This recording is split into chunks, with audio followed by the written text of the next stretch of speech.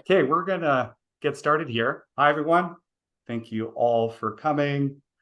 Such a great turnout today. We've had over 150, it looks like 170 people register for this event. And so it's great to see everyone here in this exciting meeting. My name is Jean-Marc La Flamme, and I'll be your host today. I'll introduce a fantastic panel here in a few moments. This is our very first session of the series of co-ownership of land and how to co-create your off-grid village with low-cost housing. So yeah, I live in the Kootenay Mountain region of BC on the west coast of Canada in the traditional territories of the Sinaiaks, and whom we are co-creating our future villages with. So where in the world are you? This is a question for you guys. Could you please post this in the chat? As well, please, if you can rename your name to first name, last name, and where you are. So we kept this a Zoom meeting so you can connect, you can matchmake amongst each other. You'd be surprised on how many people. Okay, this is awesome. Look at this flurry. I'm watching the chat here on my other screen of people, where they're from, traditional territories, and yeah, rename yourselves. Please connect throughout the presentation. Post some links of your LinkedIn profile, Twitter, whatever you'd like to do. So a little bit more about me. This is great. West Hat Sound, seeing all of this. You guys are seeing all this chat. That's super. A little bit more about me. I work on a variety of housing innovation and regenerative living organizations. I support all natural automated home building and co-create regenerative villages, allowing us to move towards a better way to live. I've done about 25 years of software development in my career and 10 years now of hacking this hardware or the living infrastructure that I'm about to speak about, and experienced in this. Today, I'm focused on crushing the cost of living. I've probably been saying this for about 7 years now, so we could radically improve life and solve grand challenges. I'm excited to be with you here today. And just to be clear, this is the first in a series and a high-level overview. We know you'll have so many questions that need detailed questions like, where can I see them? And show me who is doing this. So we'll get to some of them today with a chunk of time for QA after our presentations, but you will be able to email and meet one-to-one with our expert panelists, as well as we're going to make this a regular series and host future sessions to dive deeper. Most importantly, this is a movement which needs your support to uncover all the options and examples out there. So thanks so much for your collaboration on all of this. Okay, so today's agenda. Awesome seeing all the chat here. So today's agenda, I hopefully will begin with an inspiring intro, hopefully not too much for you. And afterwards, we'll do a roundtable with panelists to chat specifically about how to get started with co-ownership and village development. So please feel free to chime in with questions on the chat. Okay, you got the agenda all good. Our panel here today, we've got Noam Dolgin from Coho, BC. Noam Dolgin is a Metro Vancouver realtor, helps clients navigate BC's tough housing market, especially through co-ownership and other out-of-the-box thinking. Before entering real estate, Noam worked for more than 15 years in community development, environmental education, and consulting, and uses this expertise to assist clients in making social, economical, environmental sustainability a central component to their housing choices. Number two, we got Richard Letting from Letting and Company. Hey, Richard. Rick has practiced as a lawyer in BC since '82, predominantly in the areas of real estate and corporate commercial transactions. He has been involved in real estate in various ways, acting for a large number of creative real estate investors, as well as traditional buyers, sellers, investors, syndicators, and developers. Rick has extensive experience in setting up and acting for mortgage investment corporations and acts for numerous borrowers and private lenders. Thirdly, we have Brianhorwitz from Velocity Realty Inc. Brian, hey there. is a forward-thinking industry stakeholder and representative in the real estate sector and realtor on Vancouver Island, specializing in co-ownership of rural properties. And yeah, everybody can hear me okay? Seeing in the chat that some people have issues. You can hear me? Okay, good. Brian, providing necessary resources. Brian works directly with his clients, covering the many aspects involved when it comes to co-purchasing rural properties or settling portions of interest. So Brian's ability to build and maintain strong working relationships enables him to continually succeed in creating successful collabs. And finally, but not least, Brian Brooks from Canadian Off-Grid Depot. And he applies his expert knowledge to your project, whether it's working with solar power, battery, propane, wood burning products.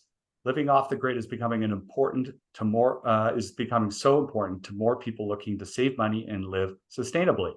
Working in the off the grid industry since 2010, Ryan spent 5 of those years with Unique Appliances, where he learned how to build an efficient infrastructure for your off-grid cabin or home before branching off on his own. So Canadian Off-Grid has contributed to experience and know-how to the development of all those off-grid appliances within the industry today to make them safer and more efficient for customers. So we've got a great panel. Thank you so much for attending, guys, here. In the future sessions, just want to be kind of showcase what we're having next, hopefully in partnership with many of you. There's going to be other organizations that join into this movement. We could be talking about, we definitely want to dive deeper into global examples of low-cost regenerative villages in action today, as Canada is limited on people and innovation so far. There's a huge wave of villages being financed by digital currencies such as crypto and traditional fiat funding, and you can blend them in as part of your fundraising efforts. We have platforms to matchmake individuals with groups and landowners in Canada beyond.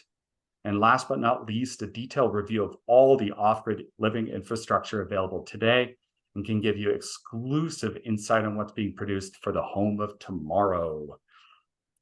So if there's anything else you'd like for us to cover, please let us know in the comments, in the chat. This session, like I said, is going to be recorded and posted on YouTube. We'll email you the link and various resources for these future sessions. Okay, I'm just going to quickly launch a poll here just to see who you guys are. So I just launched a poll. Let me know if you see this. So who are you? I get to see all these poll results, and then I'll post them here in a couple minutes while I read this introduction. All right. So what if we could live in a $25,000 home instead of a $1 million home? I've asked myself this question for over a decade. I'm happy to say that the $25,000 home is here for real. You can go in a $10,000 home. You can go in a $100,000 home. It's all sorts of better than what it is today in the mainstream. So how many of you are living now with this radical affordability? Let us know in the chat. If you are living radically and affordable, let us know in the chat. You can give me a big WIN, win, in the chat if you are winning on this. Yes, we got a win. We got one person winning. And how many of you want to live this way? Give me a hell yes, HELLYES, if you want to live that way. Hell yes. Okay, we got one win so far and a bunch of hell yeses. So YouTube is literally the only source of housing innovation. And it's funny, I'm sure you guys patrol and get stuck in doom scrolling YouTube of all the awesomeness. And content creators have documented the thousands of case studies.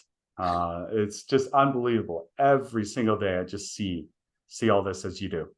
The stats are crazy, right? Globally, there's 150 million people homeless, 1.7 billion without adequate shelter. And in North America, we got half of us that are house poor. So we can barely keep up with the bills and afford these ridiculously old, expensive boxes. So we could crush the cost of living. For example, in your community, just as an example, in a small community, 100 families move into a $50,000 home. Let's just say $50,000 home from the average home price of $750,000. This could equate to a minimum $50 million unlocked from the banks to be potentially circulated back into the community. Now, that's some serious disruption. It's more than I want to go and live in an affordable home. It's like, wow, this is a game changer for capital to flow back into our communities for other things like food security, like climate action, like all these other things that you want to do in life, experiences, you name it. So affordability is not the only factor. The ultimate goal, in my mind at least, is regenerative living.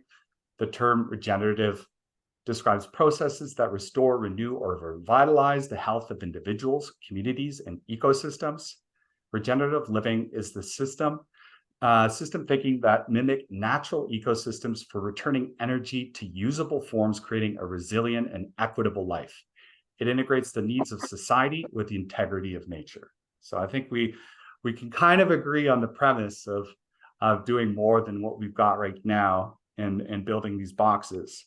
But I've definitely taken a deeper dive into regenerative design and regenerative living, and I'll kind of explain a little bit of my journey. So whereas the highest aim of sustainability is to satisfy fundamental human needs today without compromising future generations, the goal of regenerative living is to develop restorative systems that are dynamic, resilient, and adaptive, and are both beneficial for both humans and other species. So to get to this goal, I suggest the following 5 steps, and quite often people get stuck in this step 2, this act. So you've read all about this, you've watched the YouTube videos, you're sitting in your apartment and you're like, how do I get to act? And that's what we're focused on today. It's just a start. The tools that allow you to act. In the next sessions over winter, we can tackle the build, and you can visit in person or watch the live stream of Grow in the spring of 24. So here's hoping that we have a fantastic season ahead. I'm just going to check the polls and poll here. I'm going to just share the poll here. We've got 53% curious individuals, 30% eager villagers, 6% landowners with assets, a group of peeps, and industry pros. Okay, great. Good to know the audience here. Okay. So how many of you are living in big cities right now? Let me know in the chat with the word traffic in capital. And how many are living in the rural world with the word nature? So use nature or traffic. That's a nature, traffic, nature, traffic, nature, nature, nature. Yeah, nature's winning. Traffic, nature. Oh, yeah. So this photo in that slide right now is where I live. I live in Caslow. And did you know 98% of Canada is rural and very few people live here? We've got a lot of land spread out. That is my message. You can read the rest of the message on the screen there. It's pretty interesting to see what's happening. With rural, we just got connected with internet called Starlink. Nature, nature, nature. Yeah, for nature. Right on. So I just want to take some time and introduce some of my key projects. These are just the ones I work on. You can find so many more on YouTube or a website that I check out, and I'm part of called housinginnovation.co. Brian, if you could put that in the chat, housinginnovation.co. It does a really good job of kind of showcasing all sorts of homes and developers and people that are trying different things that are low cost, especially low cost. But I'm just going to talk about a few of my projects right now. One of the companies I own is called ReGen Villages. So ReGen Villages builds large-scale regenerative and resilient communities with the integrated life support systems of food, water, energy, and waste and resource management. So these new communities are connected to each other in existing communities and smart bioregions with a village platform.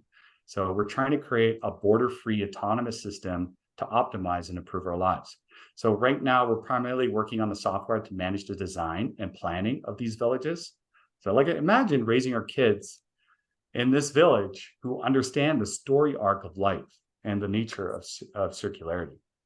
Our average greenfield project is 25 hectares of all natural homes for 400 families, but 2/3 are open space, water capture, high yield organic food production, controlled environment, farming, waste and resource management, and energy generation, creating a truly regenerative neighborhood. The problem is that these are large scale, hundreds of billions of dollars in effort over many years. They're mostly in the peri-urban environment.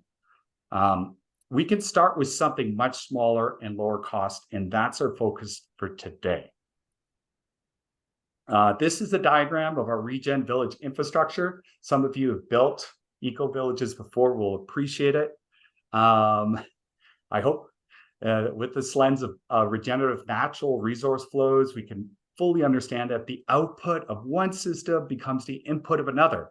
This flow can create relationships that were previously siloed pieces that you'll find in the community you live in right now. The reason why things are so dysfunctional is because they're not connected to each other. And that's where we're going with city development, and we can go with even low-cost regenerative villages. So I am a co-owner and manage Geoship, where I spend most of my time doing business development. I'm just going to let you see this sweet little village. Sorry if it's a little chunky or choppy, but you can kind of flow through on a rendering of a Geoship village. I do business development for the company. Our bioceramic domes are combined with a digital space for communities to form and democratize the village design and building process. Villages are distinct from housing developments in that they're cultural places designed to build with community participation. Our company is continuing towards its Earthshot to make the best home on Earth the most affordable one, and scale manufacturing to 1 million ceramic domes per year. We have a prototype, and we're the world's first ceramic dome, which I'll show you right here on the next slide. You can see here, this is just a sweet little teaser video. I'm not going to do the audio on this. We're talking about like $75 a square foot, just to start, with benefits that no one can get today, even if you get a home that's $2,000 a square foot. The whole home is bioceramic. There's no metal, no wood, no concrete, no toxic materials. It's almost the same chemical composition as bone. We're reducing the carbon footprint of housing by 95% with climate-proof homes designed to last 500 years. That's just slightly longer than the average tree. You can see our prototype in this video, or actually just search on YouTube and Instagram. We're all over. We are currently finishing the fundraising round to build our manufacturing facilities to deliver on pre-orders next year. Ceramic domes are manufactured in automated factories, 50 to 100 times faster than any traditional building. Maybe you want to build your own home in your village, but for the vast majority of people, this is not an option, and it's far too expensive to hire humans to build a traditional house, which is one of the many reasons why we have a housing crisis. Okay. Oh.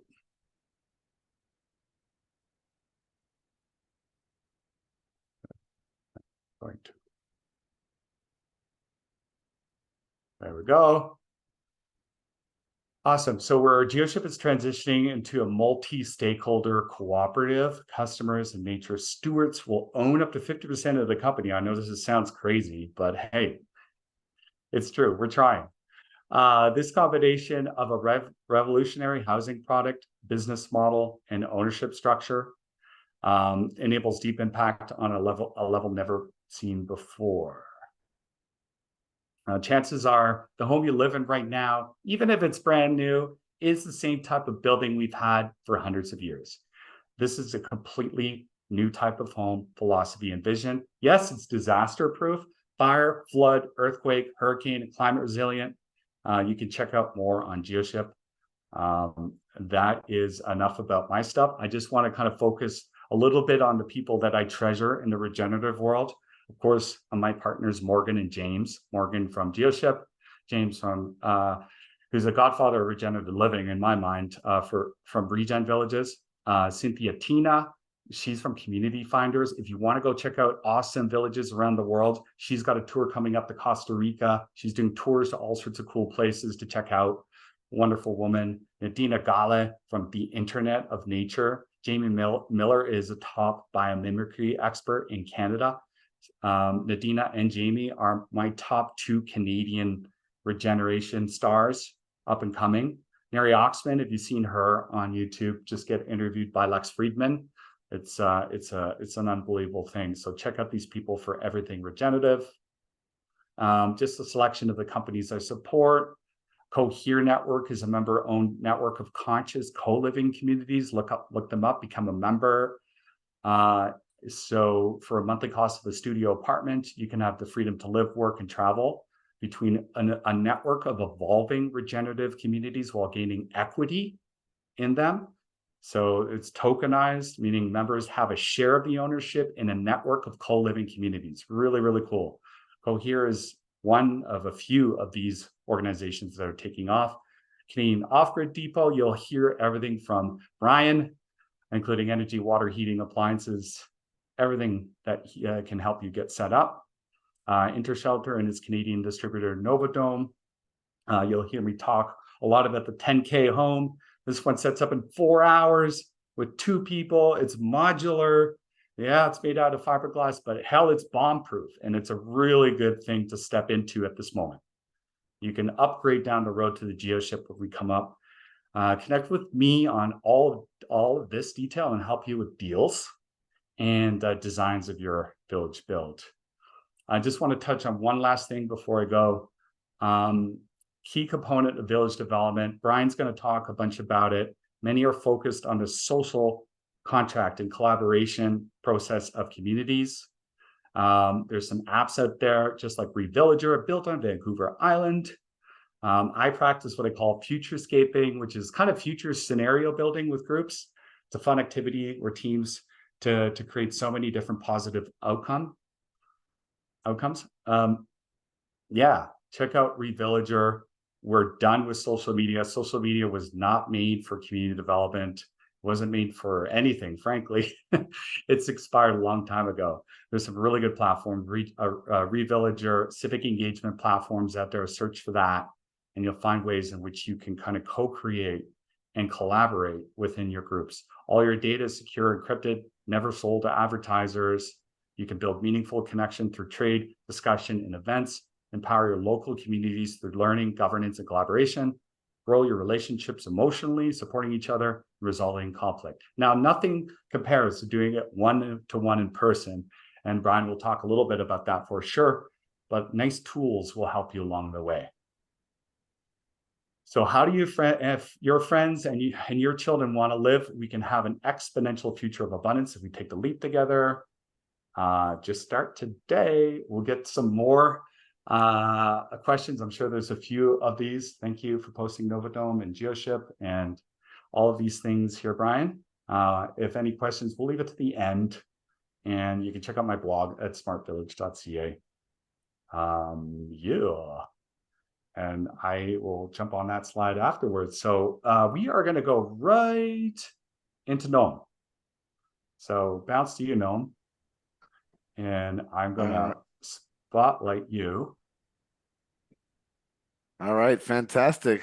Jean-Marc, this sounds amazing, and thank you for having me here to talk a little bit about how the social and legal and financial structures of co-ownership can help actualize these visions. Because unfortunately, many of the Canadian housing laws and real estate laws do not easily lend themselves to these type of affordable communities. And so we need to do what I like to refer to as a housing hack and work together to acquire properties that we can then turn into these communities. And to that end, We founded Coho BC, which is an initiative across the province that works to promote co-ownership as a viable and valuable housing option for people in the province, and to provide the resources and professional support to assist groups going through the co-ownership process to make sure you're set up for success and have addressed all the real estate questions, the financial questions, the legal questions, the social questions, to make sure that your community is viable and is going to last for a long time, and can deal with the comings and goings of members, etc. So our organization also works to assist in the creation of co-ownership groups through a dating pool and a chance to meet other like-minded individuals or families to create co-ownership buyer groups. And we work on the resale of shared property interests to other potential buyers and partners, putting together all those pieces, explaining the concepts, and showing that you can get in, and when it's time, you can move on. So who are we? We're a collection of professionals, realtors such as myself and Brian, who you'll hear from later, lawyers such as Rick Ledding, who you hear from, builders like Jean-Marc, financial institutions, architects, mediators, basically all the professionals you would need with experience and expertise in collective housing and co-ownership to guide you through the process. So you don't have to reinvent the wheel. You can use the experts and you can set yourself up for success. I'd like to think that this is some brilliant idea that we came up with on our own, but of course it's not. First off, people have been co-buying properties and making micro communities for eternity. In fact, that was how land was owned in the ancient times. Families have been doing it, co-ops have been doing it, eco-villages have been doing it for a long time. And with the growth in real estate prices and the unfortunate growth in social isolation, we're seeing a real resurgence in co-ownership as a pathway. And here you see some groups from across Canada, the United States, Australia, and there's groups in New Zealand and Europe. So really, this is a movement everywhere that prices have gotten under control, that isolation has gotten out of control, and just where people are looking for better, as I said, regenerative, supportive, communal housing. Who am I? Again, my name is Noam Dolgin. I'm a realtor here in Metro Vancouver, specializing in co-ownership and outside the box real estate thinking, like Jean-Marc said. And you can learn more about me if you Google me after. You'll also hear from Brianhorwitz, another realtor with this expertise, who has the specialty in co-ownership and particularly in acreages, agricultural and rural properties, as well as urban properties on Vancouver Island. I mentioned that co-ownership is nothing new, right? Before 1966, there was no Strata Act in BC. So if you wanted to get a portion of real estate, you had to co-own. In the 60s and 70s, we saw a real growth in ownership co-ops across the province. In the 90s to present, we're seeing co-housing grow as a co-development model. They usually use a stratified final product, but they go through a co-ownership phase early on. And again, families, investors, vacation properties, these are all examples of co-ownership. And of course, all condos, duplexes, townhomes, these are all co-ownership. That the whole point of the Strata Act was to create a pathway to co-ownership. Unfortunately, because those became the most affordable options for everybody, they stopped being affordable. It's the irony of the situation. So we're back to looking at other ways to bring co-ownership back, to bring back the affordability that condos were supposed to create. And unfortunately, except for the examples of co-housing and some of the other specialty communities, most of our strata units are not built for community. They're not built for sustainability. They're not built with environmental longevity. They're just built to sell a home and make a bunch of money. So why would you co-own? There are many advantages to co-ownership.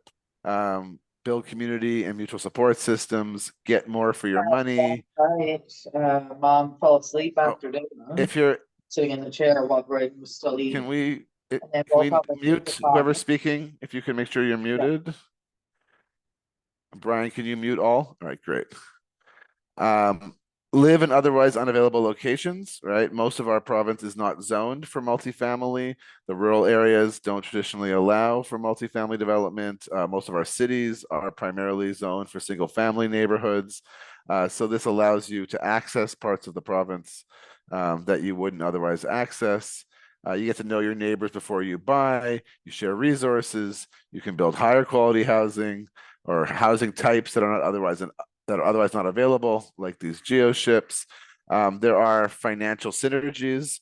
So by coming together, you can, two people who can't, let's say two is a simple model, or even 200 people who couldn't afford housing on their own could come together, and through that collaboration can make something happen. And I really see this as a triple bottom line sustainability initiative. It's socially, fiscally, and environmentally the responsible pathway forward. Who do we see co-owning? We see folks in all generations. We see families co-owning together. We see individuals, young families, friends, first-time home buyers trying to get into the market, downsizers and seniors, investors, folks looking for more sustainable solutions, trying to live closer to the land, folks who are worried about climate and the impending climate disaster, folks who are feeling socially isolated. And so really anyone who can think collaboratively and outside the box can usually see that co-ownership can help. They just are often scared of the process, and they often have an uncle or a friend who tells them, oh, don't own with somebody else. But again, that's why Coho is here, and lawyers like Rick Letting to kind of help set you up so that you're prepared, and you've thought about all the worst case scenarios and all the best case scenarios in advance, and you plan for them and you deal with them so that the best ones come to be and the worst ones never do. So what co-ownership can look like really depends on you. We have groups doing communal living, sharing a house, townhouse, or condo. We have groups co-owning properties with multiple dwellings on them.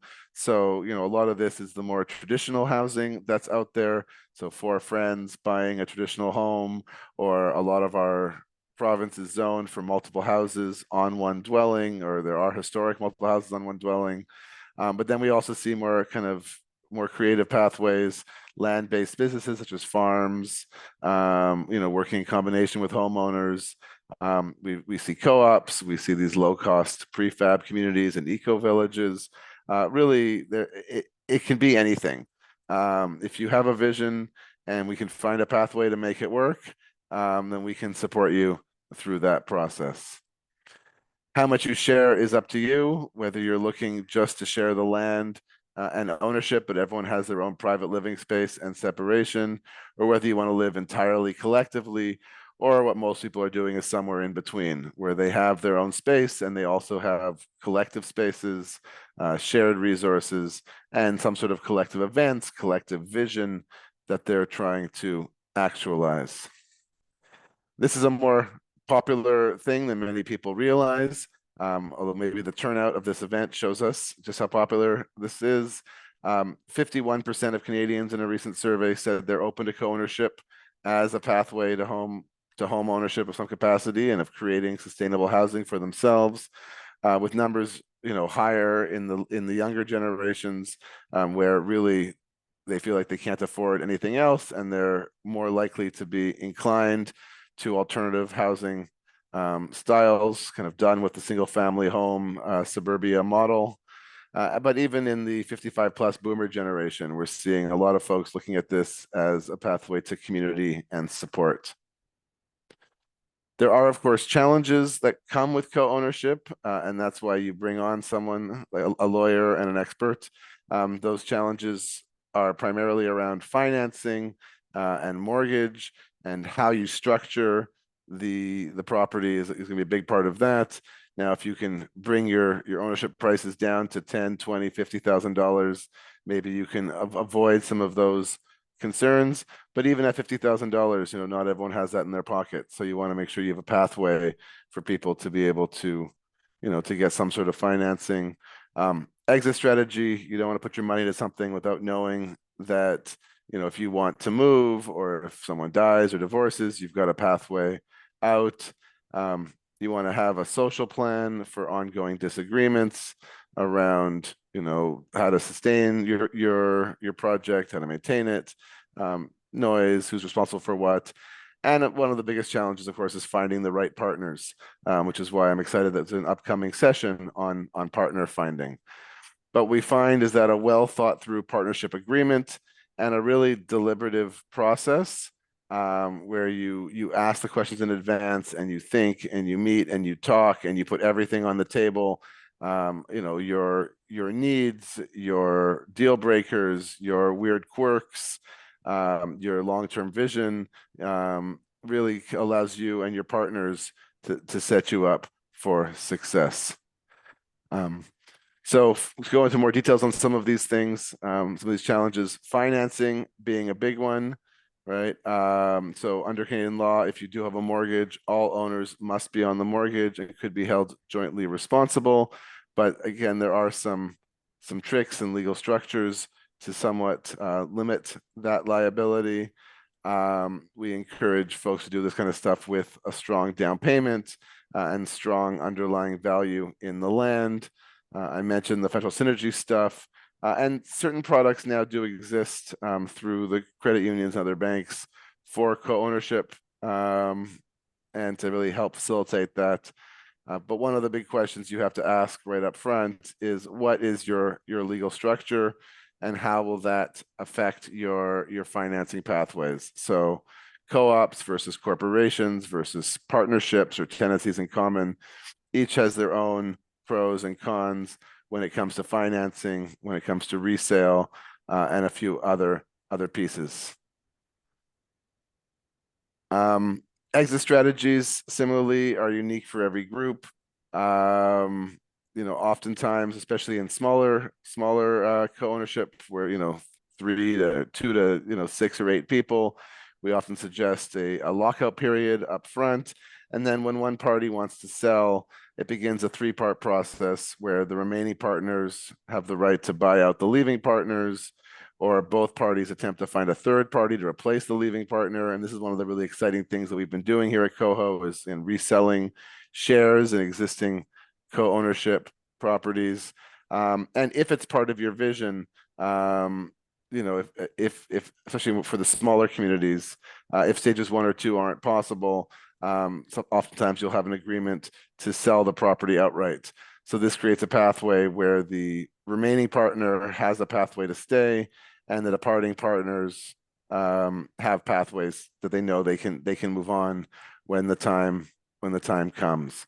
A lot of our larger communities, you know, will keep waiting lists, and we'll create some sort of maybe funding, you know, financing model so they can buy people out when they need to without having to force a sale on the property. Because, you know, you don't want one person to force, you know, 20 to have to sell off their property. So again, this is all going to be very unique for every group, and Richard will talk about this more in a moment. The biggest piece of this is going to be your legal agreement or your co-ownership agreement or partnership agreement. And there's a lot of stuff that goes into that agreement that Richard will talk about.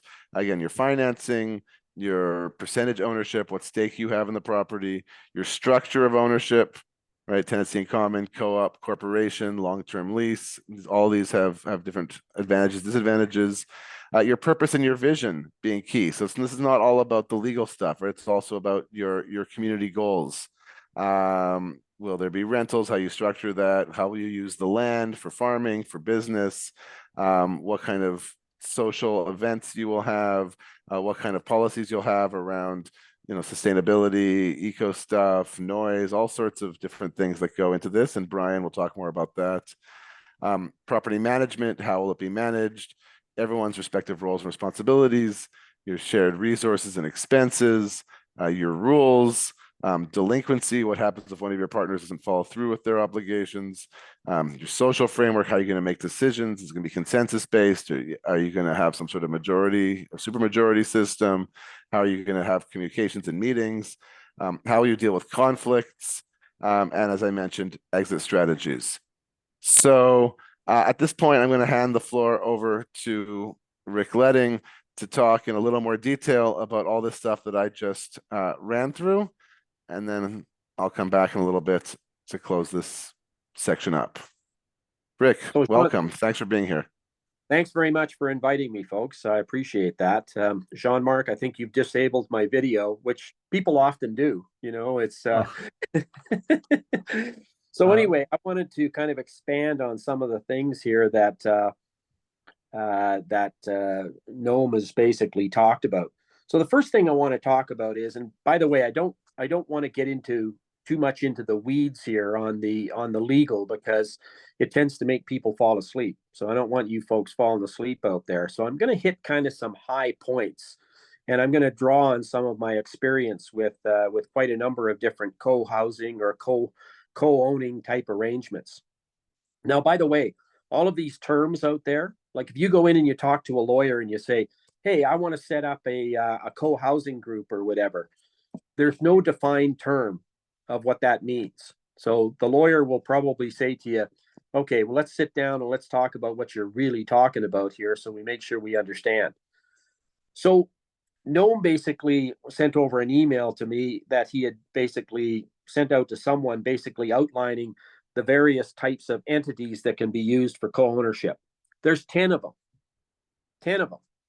Now, the reality is that you can probably boil this down to probably a few that you're probably going to consider, probably one of two or three.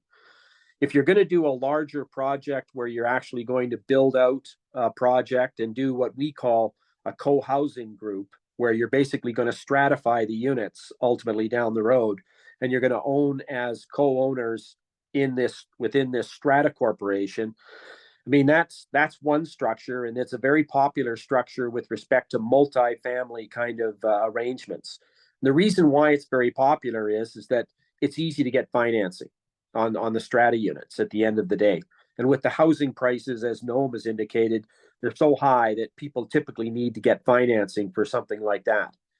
The other two situations, or the other two entities that you're probably going to use if you're in a smaller group, you know, of 2, 3, 4, 5, 6, 7 people, doesn't usually get too much bigger than that, is you're probably going to do some kind of a joint venture or co-ownership agreement or a corporation. Now, you hear the terms joint venture and co-ownership. They typically are the same thing. The differentiation that lawyers typically make is that a joint venture to a lawyer usually means there's some financial aspect to it. It's like a bunch of investors getting together and trying to make a bunch of money. So you call it a joint venture. We usually use the co-ownership arrangement in a situation like you folks are probably going to get into, where you're probably wanting to build a place where you're going to live together, and it's got a little less of a financial aspect to it, as opposed to just a living and a communal aspect.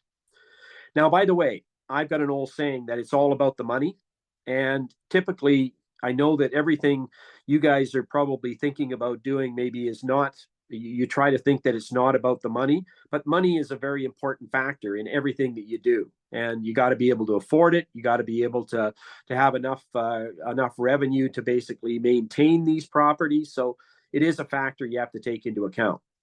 So the two entities that we typically see in these smaller ventures is a corporation or a joint venture.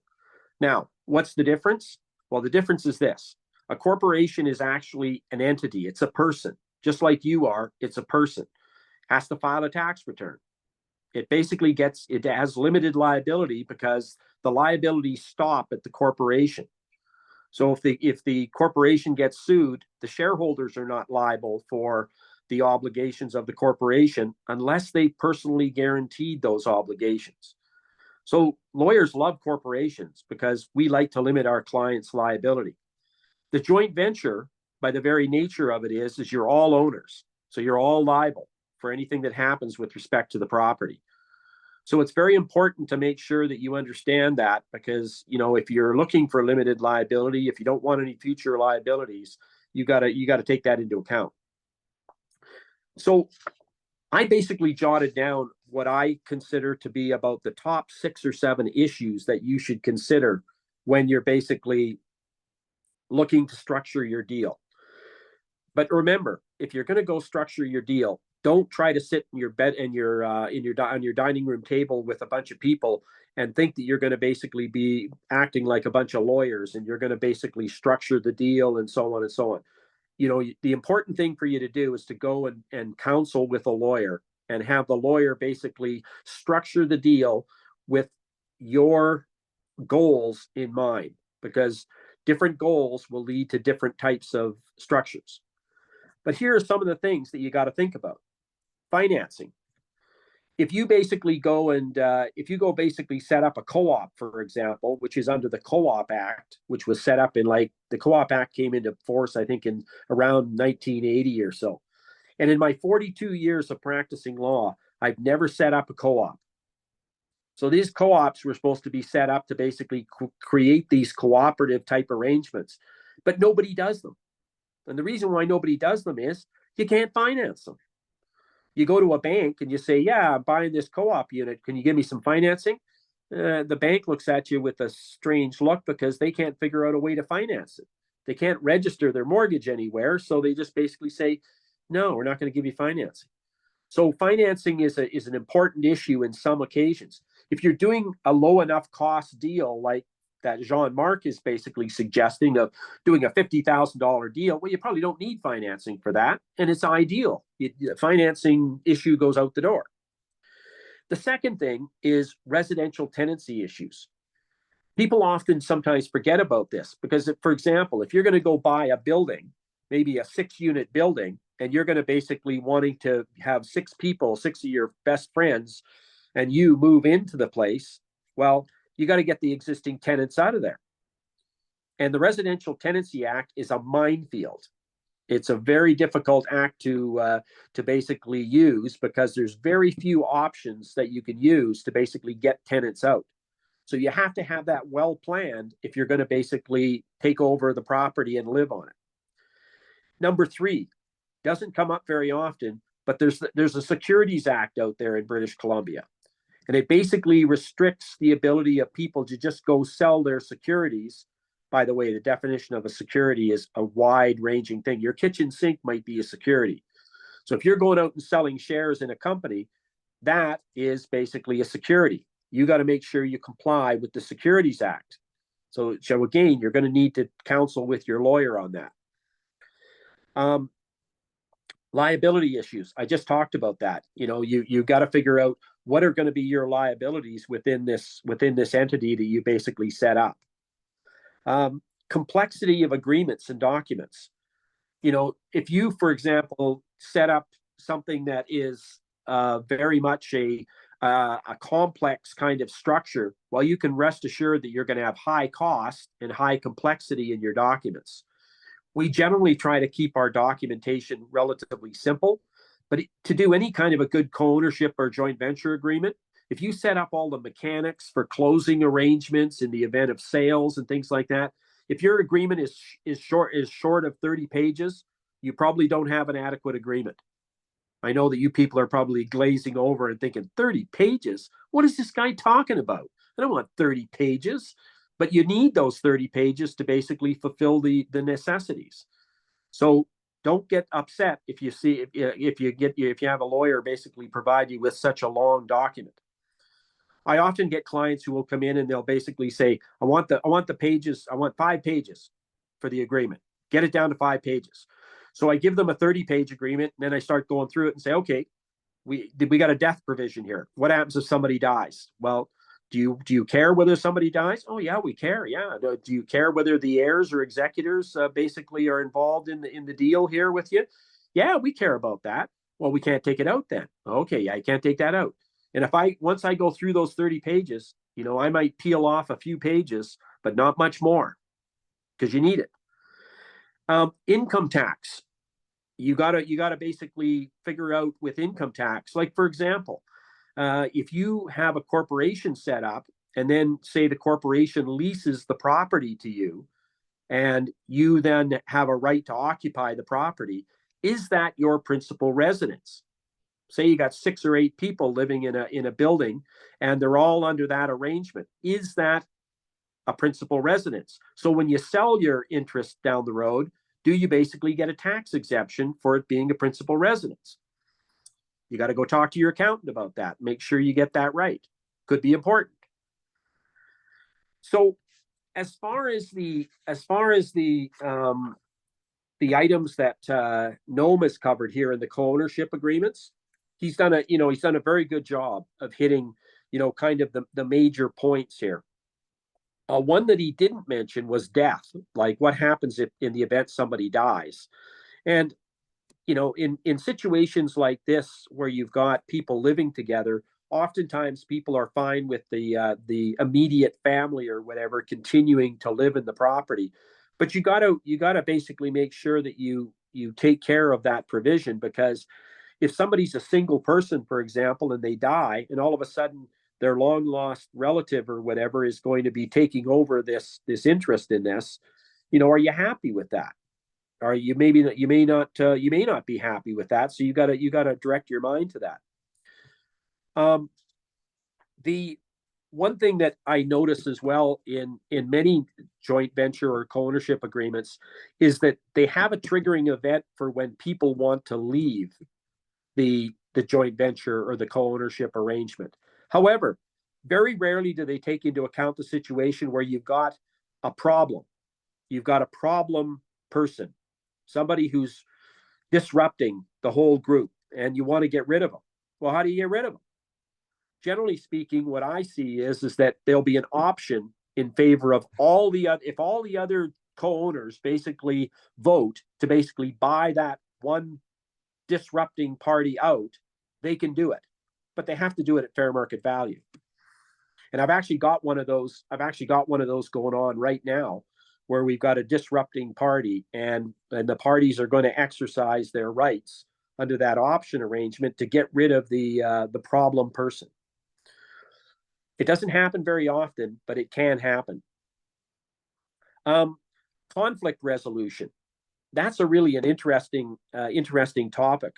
When I did my first co-housing deal, which was like 25 years ago, so there was the project manager for the group basically came in, and we were talking about the shareholders agreement. She says, "Well, we make all our decisions unanimously." I says, "What? Unanimously? You can't do that. Like, no lawyer would agree with that." They says, "Well, we're not actually unanimous, but at least we get consensus. So we at least talk it out till nobody objects to whatever decision we're making." So that's an example of how people make decisions. But the decision making is critical in these deals, because it's the essence of your whole arrangement, is that how do you folks coexist? And how do you basically move forward on issues? Because you're going to need to make decisions at some point along the way. Outside of that, I think that Noam has done a very good job here of basically kind of capsulizing. There's always lots to talk about in these agreements, because one thing that you have to remember in these co-ownership or joint venture agreements, what you put in this agreement is only limited by your imagination. You can put in whatever you like. It's whatever the folks will agree to. So it can be pretty wide a field as to what you'll see in these agreements. There's not just a select number of things that you see in every agreement. It'll move around from agreement to agreement. So thank you very much for listening. That's great, Rick. Thanks so much. You maybe try to hit your video again so you can say hi. You are a co-host, and you should be able to. There you go. Look, there's Rich. Yeah. My wife turns off my video all the time. Good to put a face to that amazing information. Thanks so much, Rick. Yeah, go ahead. So just to kind of finish up. So as Rick saying, there's a lot to think about in advance of co-ownership, which is why preparation is essential and why Coho BC is here to help you. And just we've done a lot of different diverse projects over the last number of years, from 2 people buying a house up to 8 folks buying cottages on 2 lots, and we're working now with a number of eco villages and sustainability stuff. I won't dwell on this too much, but you will find a lot of resources on our website, cohobc.com/resources, a lot of past videos of speakers, lawyers, financiers, mediators, co-owners talking on our YouTube channel. If you're looking for a small scale partnership, we have a whole matchmaking set up, an online survey, online classifieds, online events, in-person events, so you can connect to that. And you can also just reach out to us directly, and we can talk about your situation and how we can help get you set up. Our upcoming events, we have a collaborative real estate investment thing coming up. We have an East Vancouver shareable homes tour. Oh, there's an E missing there. Anyways, and we have our general info session of what is real estate co-ownership, where we go into much more depth of what you heard today. So thank you again, Jean-Marc, for inviting us, and thank you everyone who is here today. Mine and Brian, who you hear from in a moment, contact information is up here if you want to reach out to us, and Rick is information here as well. And I'll be here at the end for questions. Yes. Yeah, thanks so much. We have some time for questions if anybody has any at this moment. Otherwise, we'll jump right into Brian. Just kind of post your question in the chat. We'll ask Noam, Rick, soon Brian. I'm sure you have some more questions after Brian. Just gonna quickly launch another poll.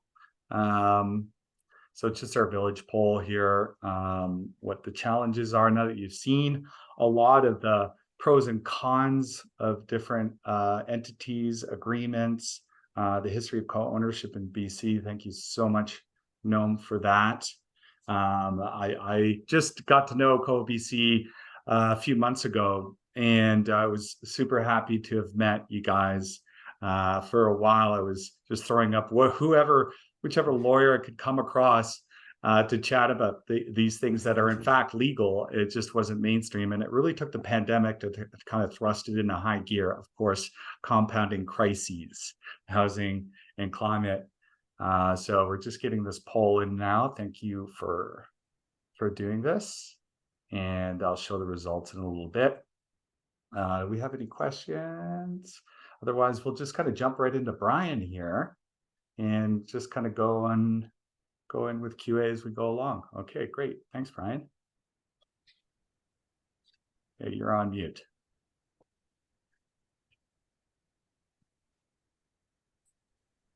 Okay, all right, good to be here.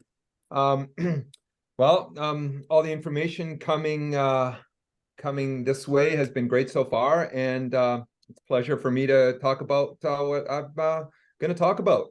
So, anyways, just to I've been listening and making notes, and collaborative endeavors are highly involved. And in my experience, personal and professional, some people are very a little bit reluctant to go walk right into a lawyer's office to get educated.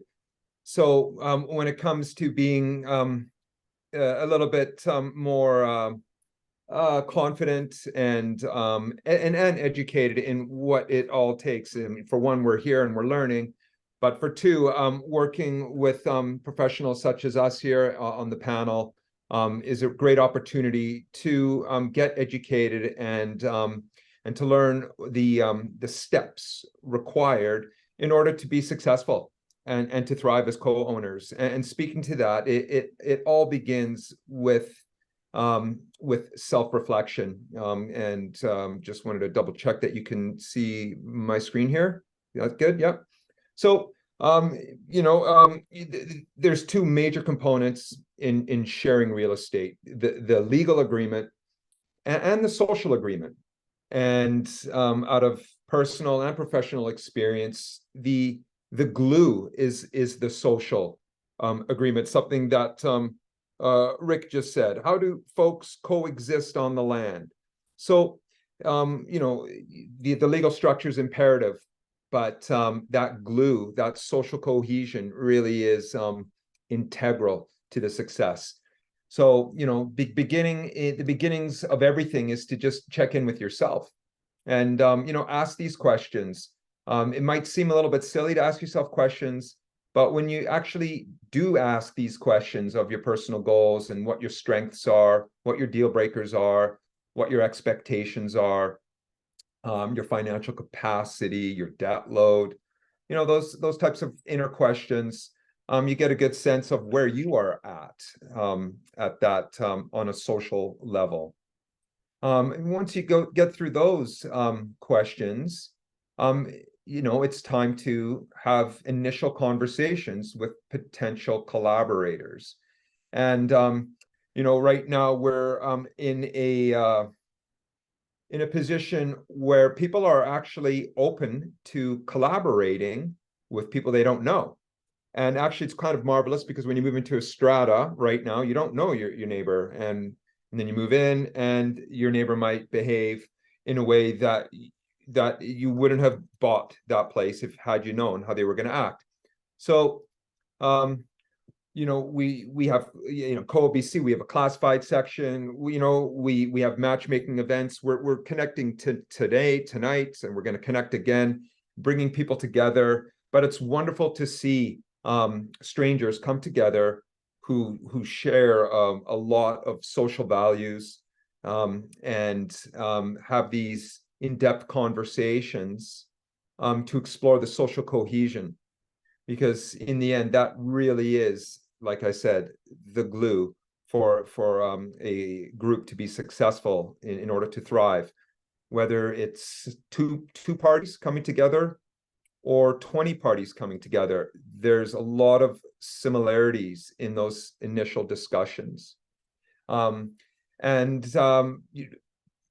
working in collaborative real estate for a couple of years now has really allowed me to streamline my process on how I work with my clients in getting clear on the appropriate steps to take. So when people who've spoken with us, they're at that point, once we've gone through our master resource and had those initial conversations, that there's a lot of confidence with the group when they go to the lawyer. So there's less intimidation there at that point. And that even creates a lot more success in regard moving forward with the legal agreement, because a lot of the understanding of the general terms of the agreement are in place. So I always like to focus on needs, because people want a lot in life, and that's fine. You know, there's a lot of things I want that I can't have because of my financial limitations. But needs is integral to the success of all types of, you know, aspects of our life, especially when it comes to sharing real estate. So yes, some people might want 3 bathrooms, but what do you actually need? Some people might want a workshop, but what does everyone actually need? So it's important at the initial conversations to talk about your needs and your wants, your deal breakers. Now, between these 3 components, you really do get a good feel for the potential of social cohesion within that group. Going through your deal breakers. A lot of people I work with want kids. Some people don't. I love talking about elephants in the room. Talk about COVID. Talk about politics. Talk about those sensitive issues. Have those conversations. Agree to disagree if need be. One thing to also realize in these initial conversations is the social framework. And in my experience, when groups talk about wants, that's where you really get clear on a social framework, what people are aiming for. What's the vision of that group? What's the long-term vision? Affordability, social support. Because at the end of the day, that social framework really does bind that legal agreement at the end of the process when a group is ready to commit to this type of endeavor. So your social framework, it doesn't need to be 30 pages. It just needs to be a simple paragraph or 2. outlining the shared values within the group and the purpose of the collaboration, considering topics like community, privacy, sustainability, affordability, what types of social support mechanisms are in place, shared resources, some people want to share a car, self-sufficiency, do people want to grow food, and the respect for the land and the occupants and more. Another topic to consider as well too, in the beginnings of the exploring potential with people of a like mind, are those initial economic questions. Will there be a need for a mortgage? And if so, what can each party afford? Are each collaborators able to, show up and pay their fair share of monthly expenses? These types of endeavors are very personal. They're almost the exact opposite of traditional real estate deals where everyone's showing their cards. So it's actually wonderful when we're working with sellers, conscious sellers and landholders who are willing to share portions of their property. And we have these roundtable discussions where the vendor and buyers are meeting together, going through these initial conversations, and building a relationship. And, in my experience, I've come to realize that sometimes when you don't have history with certain people of a like mind, you're almost better off starting fresh on a clean slate. So that once you get past stage 2 in our master resource, we working towards governance. And, we're speaking about villages today, and governance is a really big part of for the success of a village to thrive on shared land.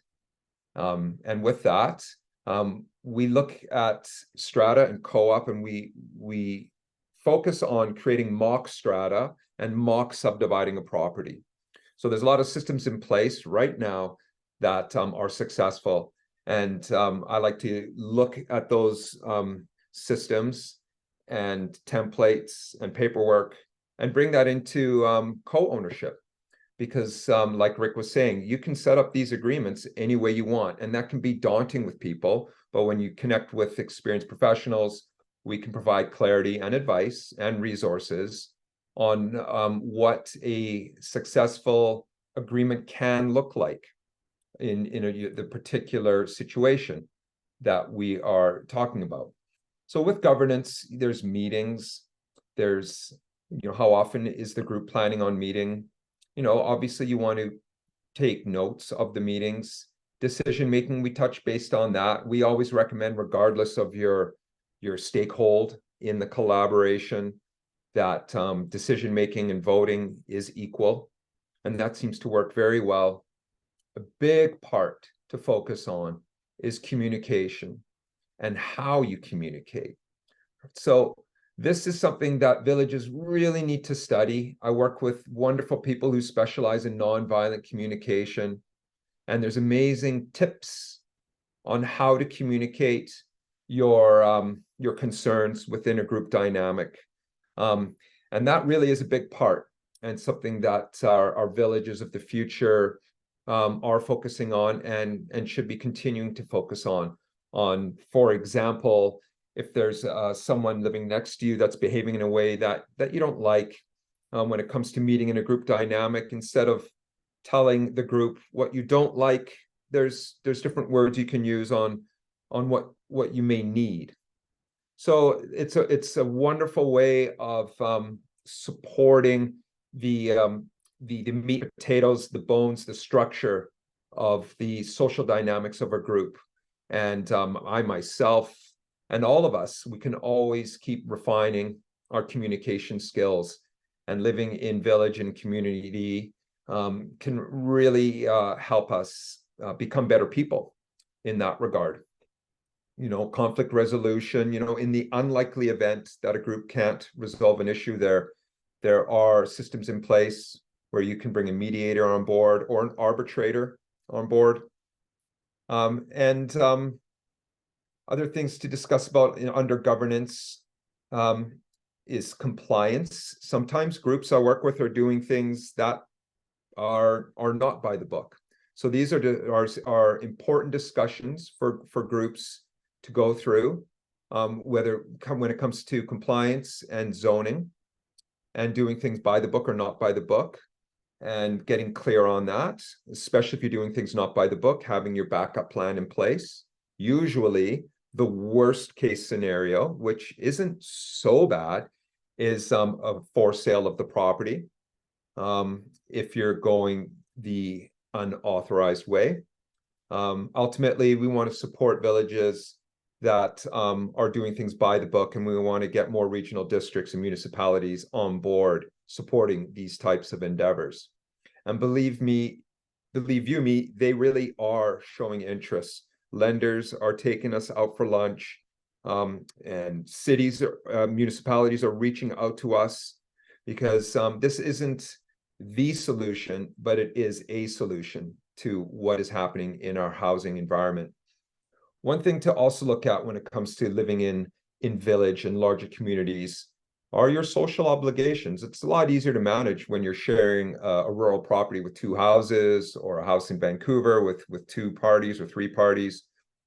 When it comes to sharing a 20-acre property, with 20 to 30 dwellings on the property or what have you, there's the social obligations to the collaboration, and that's important for everyone to be pulling their weight and showing up to support the community. And something to also consider is the failure to fulfill social obligations, and I don't see this too often in legal agreements and social agreements. Primarily, a lot of my work is in smaller collaborations, but we highly recommend that it's something to talk about and to have a system in place if there's an individual or a party who's not pulling their weight, and what can happen if someone's not fulfilling their social obligations, holding them accountable. It can be in the form of financial penalty. It could be in the form of additional communal responsibilities, and ultimately a forced sale of their share. But honestly, going right back to the beginnings of these initial conversations and spending time on this stage can really provide so much clarity on the cohesion of the group.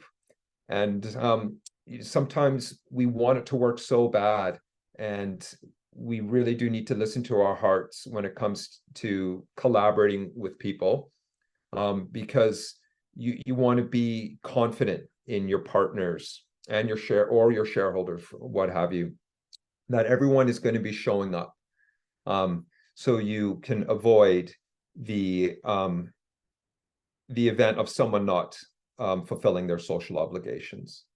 So once after we get through governance, with groups, we talk about forms of ownership. And right now we're focusing on corporate ownership, which is wonderful. Affordable corporate ownership sounds amazing.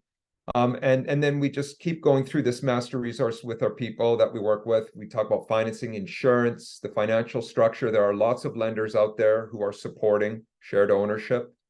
There's shared expenses to talk about. So that all gets talked about, and it's all organized. What happens when it comes to someone not fulfilling their financial obligations in the group dynamic? There's systems in place for that. And the exit resale, we've spoken about that. Noam spoke earlier about the lockout period, selling a share within a corporation. Rick spoke about that. And then estate planning. I always recommend when people are coming together in group dynamic, who's going to be the beneficiary for the collaborators on board. It's always nice to connect with partners, kids, other people who will be living on site. And bouncing right to the end of our master resource here, all things considered, right? The bulk of a co-ownership agreement can be well understood before looking at properties. All properties are different, and groups need to be flexible in their vision. And like Rick was saying earlier, anything in an agreement can be changed if all co-owners agree to it. So that sums up my my presentation around the social component of sharing real estate. And it's wonderful to see people coming together and trusting each other and realizing the potential in not being vulnerable, but being open to this new form of owning property and ultimately being secure in your housing. So I can leave it at that, Jean-Marc, and get ready to pass the baton over to Ryan Brooks there, who's specializing in off-grid living, which is a wonderful thing to be looking at these days, sustainability and resilience. I look forward to hearing what you have to say, Ryan. Yeah, awesome. Thanks so much, Brian. And Brian, we will chime in here with some case studies. I'll just let Ryan introduce himself. Canadian Off-Grid Depot, a core component of this low-cost off-grid village development. If you're interested in off-grid, let us know in chat. Also, any questions here around Brian's presentation, let us know in chat. Yeah, over to you, Ryan. Just give ourselves a little introduction of the work you're doing out east in Canada and how you see things growing in this field. Yeah, thank you so much, Jean-Marc. So my name's Ryan Brooks. I own Canadian Off-Grid Depot. I specialize in off-grid living. So through an array of products and manufacturers that I work with, I can provide essentially all that you need to live off-grid. So from your power supply to your appliances that will run on low voltage or potentially propane, to your gray water filtration, heating for water or for comfort through wood or propane. And then when it comes to toilet and your black water. So there's a lot going on. The industry is constantly changing. I would say when it comes to the solar industry, that is what changes almost weekly, but for the good. Prices are constantly coming down. New battery technology is advancing constantly, and it's allowing us to expand and have more comforts that we wouldn't have had previously. So more and more people are moving to the off-grid lifestyle and being having those comforts as if they were living in a grid style community. Yeah, awesome. And yeah, Ryan, maybe you want to tell us a little bit about your customers right now and what you see in terms of rural experiments here go forward.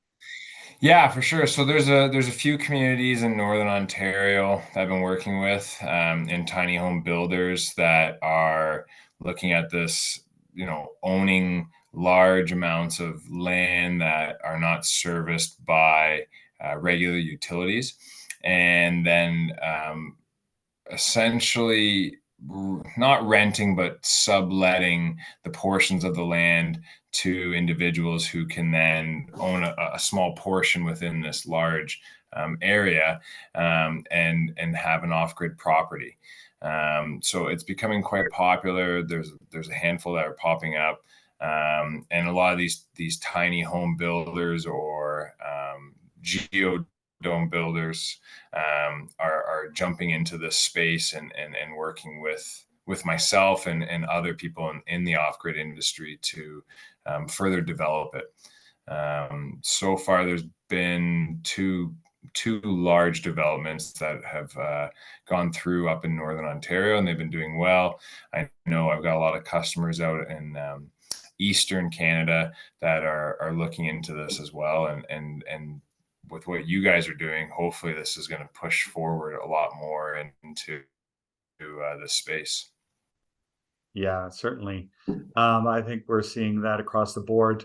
If anybody followed the statistics of people leaving the big cities throughout the pandemic and real estate changes, we got a bunch of realtors on the call. Obviously, everybody fled into rural acquired land and now are trying to figure out exactly how to piece that together. And the non-traditional way, the traditional way is just not feasible. There's just not enough talent to build the traditional way. And of course, that infrastructure, the traditional infrastructure, is quite expensive. So what you're showcasing and selling is really the key to the future, really decentralizing the entire process. I'm sure I'm preaching to the choir here with this group, but we've seen a noticeable change here. And certainly, Ryan, you can attest to the quality from these manufacturers coming out. It's not an hour goes by where I'm like, get to know about some other component that's amazing. You know, that includes food systems too. If anybody is passionate about food as I am, I'm obsessed about vertical farming. I think that's a key component of our living. It should be included in our communities. There's no reason why we don't have them. Yeah, I've got a tower garden here sitting next to me, growing all my food. There's a variety of Canadian and global food systems available. But yeah, go check out Off Grid Depot for more. Actually, Ryan, let me know about Live the Off Grid Dream. I think they're on the call as hen. If you're on a call, pipe up still and mention in chat. This is one fantastic off-grid community. I'll post the URL in the chat. They are located in Rock Creek, BC. And yeah, there we go. Whoop, whoop. Still in. I just posted the link there. Thank you so much. Whoever is the admin of Living the Off-Grid Dream, you can check them out on YouTube. Yeah, and if you actually wanted to chat a little bit about it, we could get you up on stage here. It's Leaf. Awesome. Oh, sure. Yeah, no, I'm happy to chat. Sure, Leaf. Give it a whirl here. Talk about your project. So good to have you. Yeah, cool. Should I do the whole thing and turn my camera on? It's up to you. Whatever you want. This is a great shot too. I'm relatively presentable at the moment. Let's see what we can do here. Oh, host has stopped it. I'll let someone talk in the intro. I'll get it. Yeah, you can continue. So yeah, I can't take credit for being one of the founders, but Jamie and Shelby, about 4 years ago, after COVID really tanked Jamie's previous business, he was 40K in debt, had a pretty significant history as an entrepreneur. He launched 2 successful crowdfunding campaigns for vegan and natural bath and body works, among other things.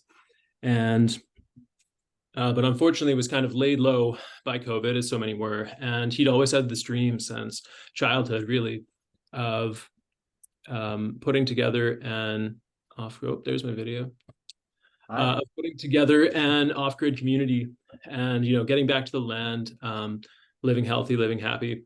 And so Shelby was also at a point where kind of his health was failing him because he had not been living like a holistic lifestyle. He also owned his own business and was really just like working himself into the ground and not eating well and basically not exercising. I mean, none of the things.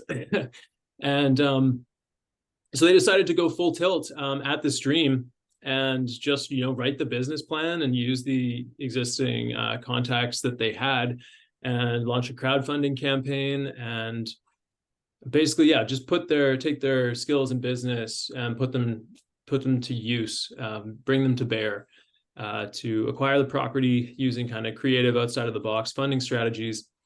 And that's essentially what they did. So we started off with glamping, short-term rentals, and people would drive from hours away just to, you know, hang out at the off-grid hydrotherapy setup. So saunas, essentially cold plunge. And there's a few business models we teach, but basically I'll wrap up here, but we teach a variety of strategies for how folks can bootstrap land projects, whatever that might be. We do get into some of the financing and yeah, just various funding strategies, how to do the business planning, how to approach investors, and all that. So yeah, stoked to be here. That's great. Thanks so much, Leaf. Yeah, encourage you to kind of check out those programs and website. And in chat, let us know of the type of villages that you see out in the wild. Obviously, there's some pretty traditional resources out there. We've got Global Eco Village Network. They've been around for a long while. They showcase a wide variety of Canadian and global villages out there. Not sure if you live on one, please let us know in chat. I've got a few projects on the go in the Kootenays, one near where I live in Caslow, just a half hour north.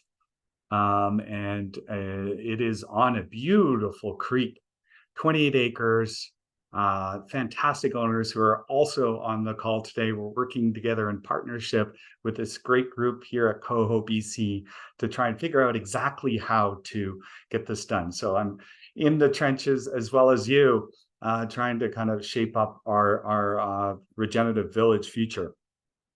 So if you're at all interested in something in the Kootenays, we've got something to dine on for sure, and it's well worth it. One of the things that I've noticed in my years of trying and failing, of doing these off the side of my desk, is really you need these trusted landowners to be your partners. So there are a few more on the call who've reached out to me on email today, said, "Hey, we're really into it. We live in a slow can, or we live in this part of the world. We really want to feature, host and dive into off-grid or regenerative village development." Having those landowners as partners is critical. It is critical to get a job done. There's a lot of people that say, they'd like to have happen, they don't deliver, or they're not in it as partners. So having them in as partners is really a godsend, and it's paving the way forward. Yeah, and CoBC. Yeah, there you go. Okay, so good conversation in the chat. What else? I've got next on the hit list, we've got a half hour left. So just going to pass it over to Brian. Brian, if you wanted to chat a little bit about what you're seeing right now, certainly on the coast, on Vancouver Island, the challenges that you're seeing right now are a lot to do with the zoning. There's no shortage of demand.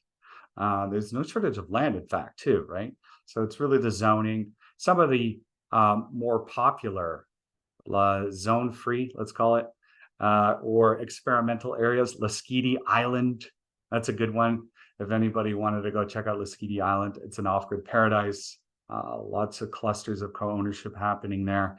I see it up the entire coast. I've been up and down the coast, checking out all sorts of communities. I'm not sure, Brian, if you have any ideas and thoughts on all of this, or anybody else in the audience who've seen cool communities that would be great opportunities, not just zoning, but building codes, of course, are the barrier. I'd love to speak to that a little bit. Our municipalities, our regional districts, are really realizing that this is a critical time and they need to do something. For example, right now on Gabriola Island and some Gulf Islands, there's a standing resolution that says if you're living in an unauthorized dwelling, such as a tiny home, and you have access to clean drinking water and your waste is being managed responsibly, you will not get kicked out of your dwelling. Right there, that standing resolution on letterhead is providing a lot of assurance to property owners that they can potentially take on something like this, right? We don't want to overdevelop our agricultural lands, but there's plenty of room to get more density onto these beautiful rural properties, especially if, like I said, if our waste is being managed responsibly and we have access to clean drinking water. So that can be an issue. However, there are simple solutions. I know people who have above ground waste facility, so their black water goes into a holding tank. Gray water septic is really easy to initiate. And for high and dry properties where there's no water, a lot of these portions of land are a lot more affordable because people always want to have a well and they want to have, turn on the tap and have access to city water. But at the same time, I see a lot of people thriving. In Alberta, I see communities. And here I see individuals in small communities with water cisterns, rainwater harvesting.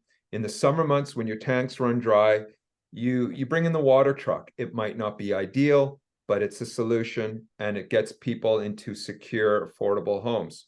So specifically speaking, there really is opportunity on Lasqueti Island. And I've hit so many roadblocks here in Cowichan, up in Comox, Nanaimo area. There's a lot of districts, and there's a lot of red tape, a lot of different official community plans. And, you know, right now the area is trying to harmonize and modernize the official community plans. But at the same time, I'm starting to realize it's been, and connecting with you, Jean-Marc, and everyone else on board here, Ryan, that there's that mentality, build it and they will come.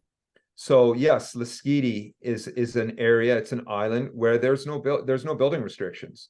And there are some other areas in the province that have no zoning. And where it's almost like the Wild West. But when you go into these areas, you can see how it works. And you can see people living responsibly, sustainability, building resilience, which is huge, our resilience in coming into the future. And that's why I'm so excited about village communities in geodesic domes, because they really are practical structures where that can handle the planet and what's happening in our planet with fire and such and flooding. But yeah, so I just want to touch base on that there are jurisdictions that are allowing unauthorized housing to continue, and accepting that fact and realizing that they can't kick people out of these dwellings. And one thing you hit the nail on the head earlier, Jean-Marc, is working with conscious landholders. And Noam and I were starting to sell portions of interest with landholders, and it's wonderful because a big part of building community in villages or even small collaborations is having a little bit of time to put the pieces together, that social framework and the legal framework, which can take a few months. And right now it's a bit of a buyer's market, and this is actually a really good time to be doing what we're doing and having these conversations and uniting, because there really is power in our numbers uniting. Yeah, you hit the nail on the head, Brian. It is, I'd like to talk to our premier on X, formerly known as Twitter, and I just did that this morning. And it's like, housing crisis. It's actually just a communication issue. And so we're part of this movement to showcase the very first villages that are here in this session that are going to propagate all over. And really it is all about a deeper level of collaboration. You see there's a lot of detail here that our presenters have put forward. All of this we're trying to streamline and make it a lot easier so that you can really understand it. But in turn, it will mean good things. In the Kootenays, I just kind of posted a few photos of this project I've got going here near Caslow. We also have a vast quantity of land that is unregulated. And even as I've seen here in chat, there's tiny house builders, and the ones that I spoke about, there's a lot of ways in which you can kind of set up infrastructure that is light and almost, semi-portable, and it kind of bends the rules of these existing regulations. So I encourage you to kind of think beyond the box. Don't let anybody stop you. And when they say, no, this is not allowed, I encourage you to go to your housing authority to actually speak with them about these solutions. They're there representing you. They're well funded by different entities, federal. I just worked with the federal government for a year on a national housing strategy, the National Housing Challenge.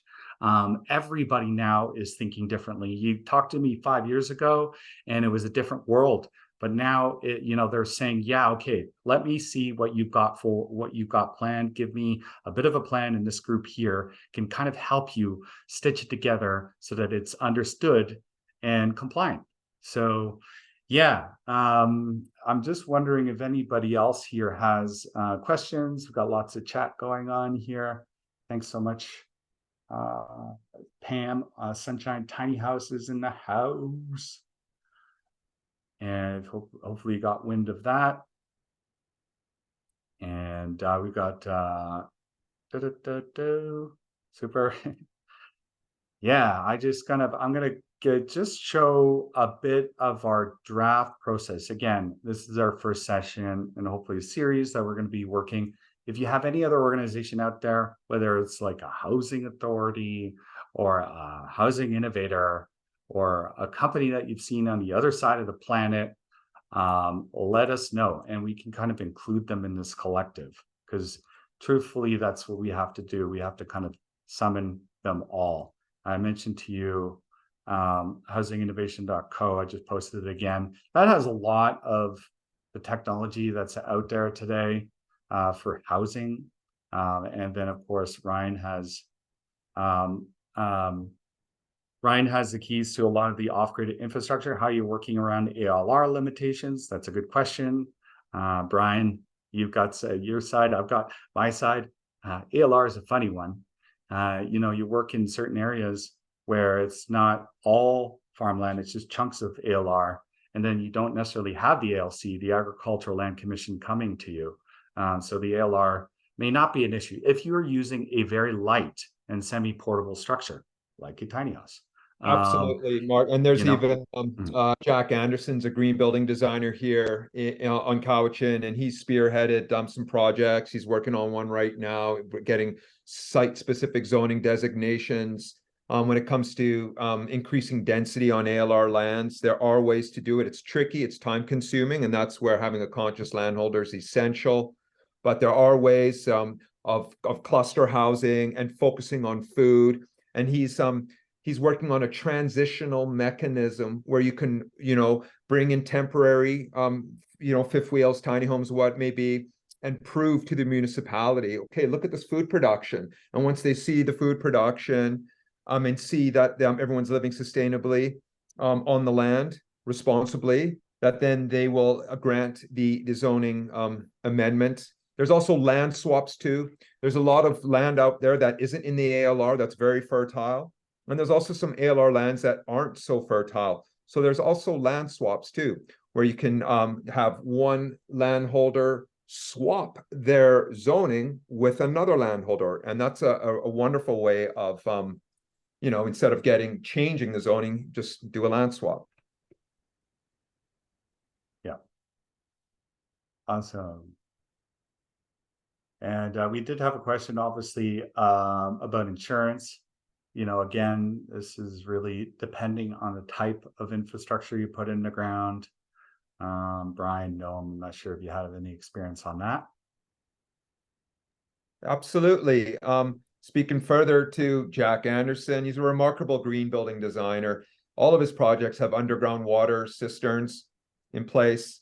He uses a lot of passive heating and cooling systems. There's gray water recovery systems. There's lots of interesting systems that support what we're trying to create. And when the city sees that, they really do like that. It lessens the burden. Like how to manage your stormwater, and all of that, and bioswales, and it's a whole wonderful thing to look at, working with green building designers that focus on resilience and sustainability. Absolutely. And I'll just say on the insurance structure, goes back to Rick Letting's presentation about how you really have to structure your legal structure based on your particular situation. So insurance can be a challenge for large groups under a joint venture or tenancy in common. There are some pathways, but they can be harder. But generally, corporate structures become easier to insure, especially if you're able to kind of mimic a more traditional housing model. So if you're able to mimic a rental housing model, something the insurers actually get. But we're starting to work with insurers to try to create more pathways for folks. So, but in general, this is why the process can take some time. You want to make sure all these questions are answered before you commit to a purchase of a property. Yeah, exactly. There's a question about how viable applying for government grants, in your opinion, for farming operations, there's a flood of grants. And, you know, one of the things, again, I advocate for is, you know, approaching your housing authority as well. If you're looking to kind of mix food with housing into a village, is kind of discussing with your housing authority. They are a society. The Kootenay Lake Innovation Center that I'm part of, it's a society, and it's able to go for the grants. So you can partner with your local innovation center, your local housing authority. You can get letters of support from other societies. Everybody has this issue: food security, housing affordability. So if you have a good plan, you can approach these organizations and partner with them and suggest the grants that they can write, and often they do have grant writing resources to support you. I can tell you they're all ears these days, that's for sure. And so that's a way to hack the system. And speaking further to that hack, I've come to realize, you know, having renderings and conceptual design plans makes a huge difference when you go and speak to these folks. It really does. You know, our resources, even just that, you know, like the resources that we create and what you're bringing to the table, what we're all bringing to the table. You know, pictures speak 1,000 words, videos speak millions of words. Yeah, for sure. And that really does generate excitement when you go and speak to these folks that are working in the regional districts, in the offices there, because I have conversations with these people, and a lot of them are like us. They want us to succeed, believe it or not. Yeah.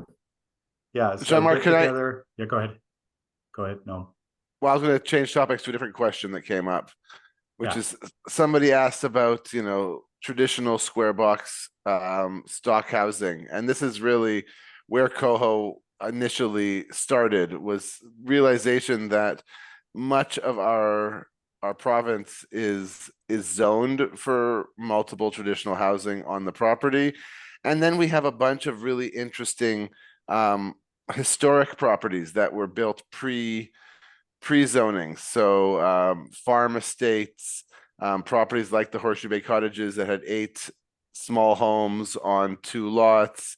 And really there's a great opportunity to find housing stock in your region that might suit your needs, and then work together instead of it just being, you know, owned by one person or with other, you know, family members and workers occupying it, or rental units occupying it, to utilize the co-ownership opportunity to create more affordable solutions. Maybe not the $50,000 price point that would be the ideal here, but this is a lot of what our bread and butter is, working with existing housing stock and existing zoning to create more options. So there definitely are options in the traditional model, and it's really exciting though to see all this conversation about pushing those boundaries to new forms as well. That's great. Yeah, super. I'm just going to share quickly the results from our poll. So what are the challenges for you to start a low-cost village with a group? Obviously 67% lack of knowledge to get it done. Don't know where to find a group, 40%. Not sure where to find land or live, 44%. No money to invest, 25%. I'm stuck in a big city, 6%. What is your budget for living in a low-cost village? I can sell my place in a big city, 33%. Awesome, big city people. We could have you here as leaders of the movement. I have $10,000 to $50,000. That's great. We've got a good chunk of people. Half are able to do this today.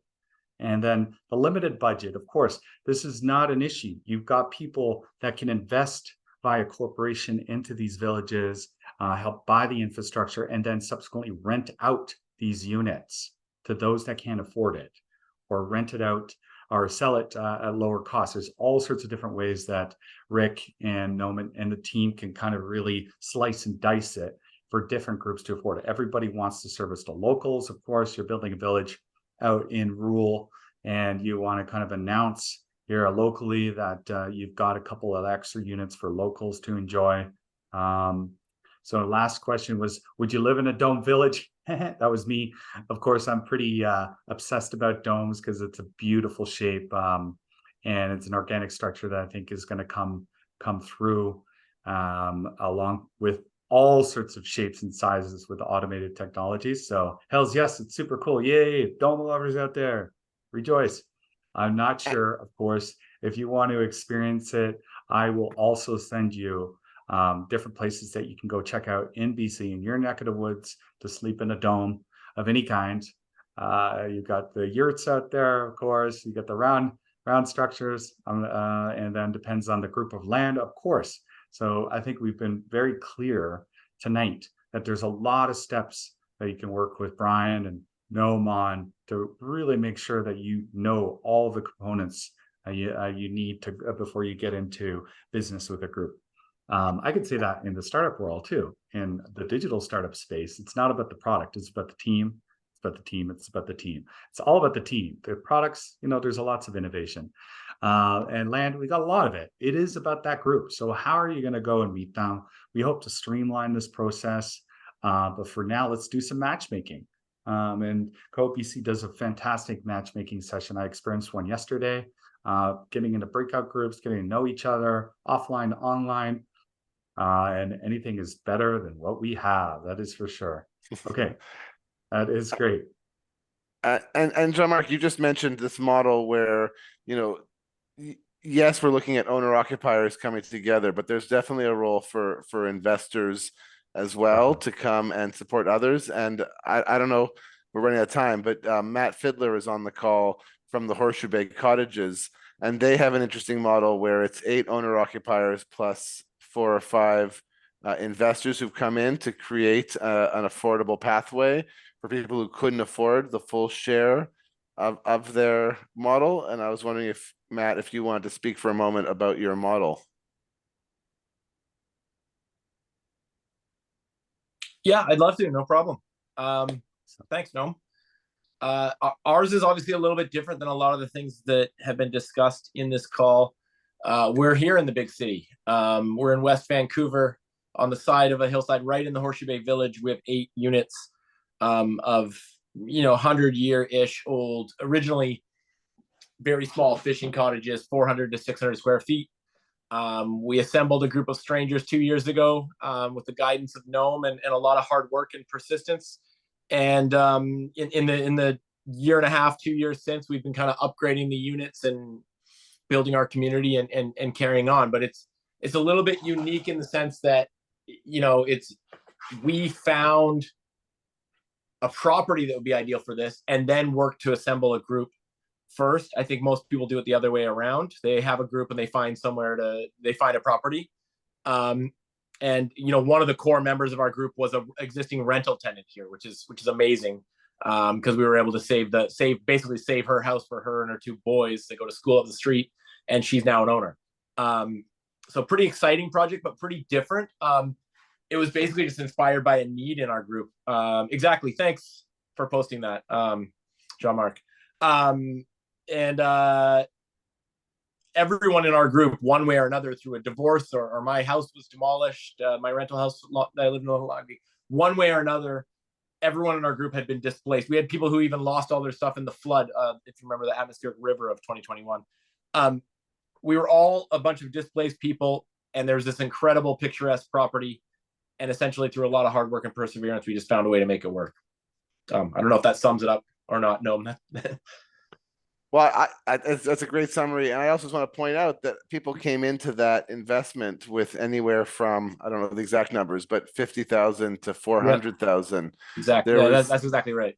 There was a differential pathways based on your needs, but because of those differential investments and the support of outside investors, they were able to make the model work.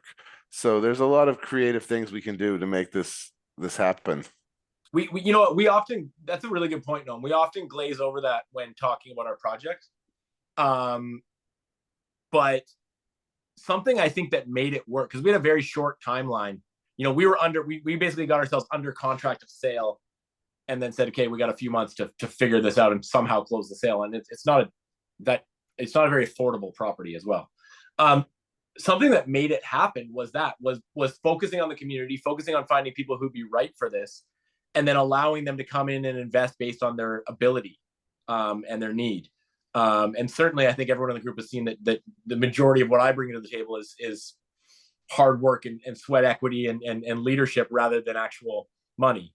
But it works out because we have a kind of a mix, and we were able to get it done based on, you know, focusing on finding a good fit first, and then after that, discussing people's abilities and their housing needs and specifics.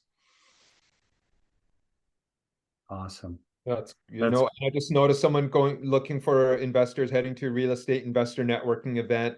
I'm working with a lot of people right now who are scared to have their money in the bank, and what a great thing to invest into people's lives and get, you know, fair market value on your return of investment. So there really is a lot of opportunity for investors, and that's going to be a goal of mine too, to reach out and try and get more in our network, because you know, a lot of it does come down to money, and it's wonderful to see collaborations get together who have different financial capacities and live together harmoniously and laterally.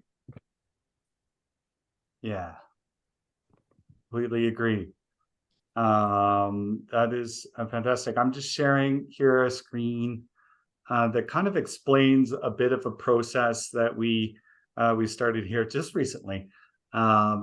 So as we described, you know, you're either a group or an individual interested in village development, and the group or individual can sign up on one of our platforms. We're going to share all this information again after. We'll have this process really, really clear, where you can sign up, how you get more information on either matchmaking or legal or different structures, corporate structures, as well as how you can do, set up your village with different infrastructure. You can reach out to Noam Brian on landowner matchmaking. Myself and the Kootenays, I've got some opportunities ready to go, and lots coming to me every single day.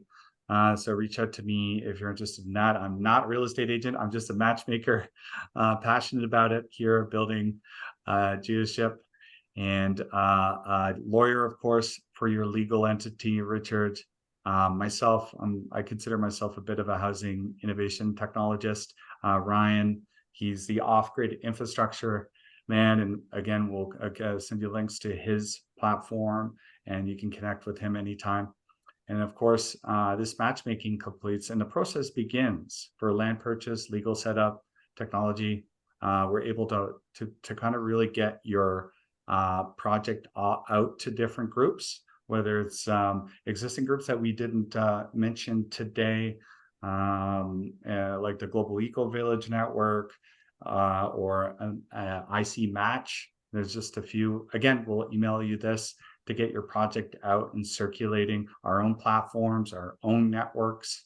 And then obviously it's just kind of really facilitating these group events, looking at financing tools, and more. So anyway, this is just kind of a loose draft process here. Go forward. I hope it makes sense.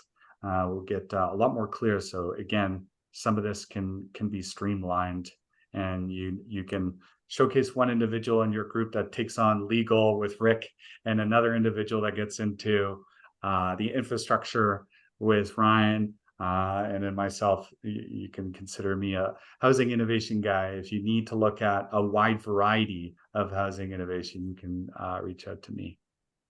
May I just one thing, yeah, kind of in closing, Jean-Marc?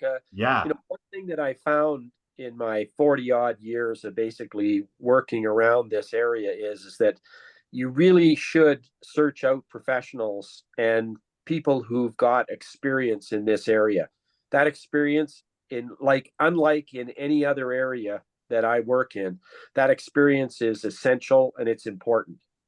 It's the old saying, if you don't know what you don't know, right? And it's really important to basically search out the proper professionals.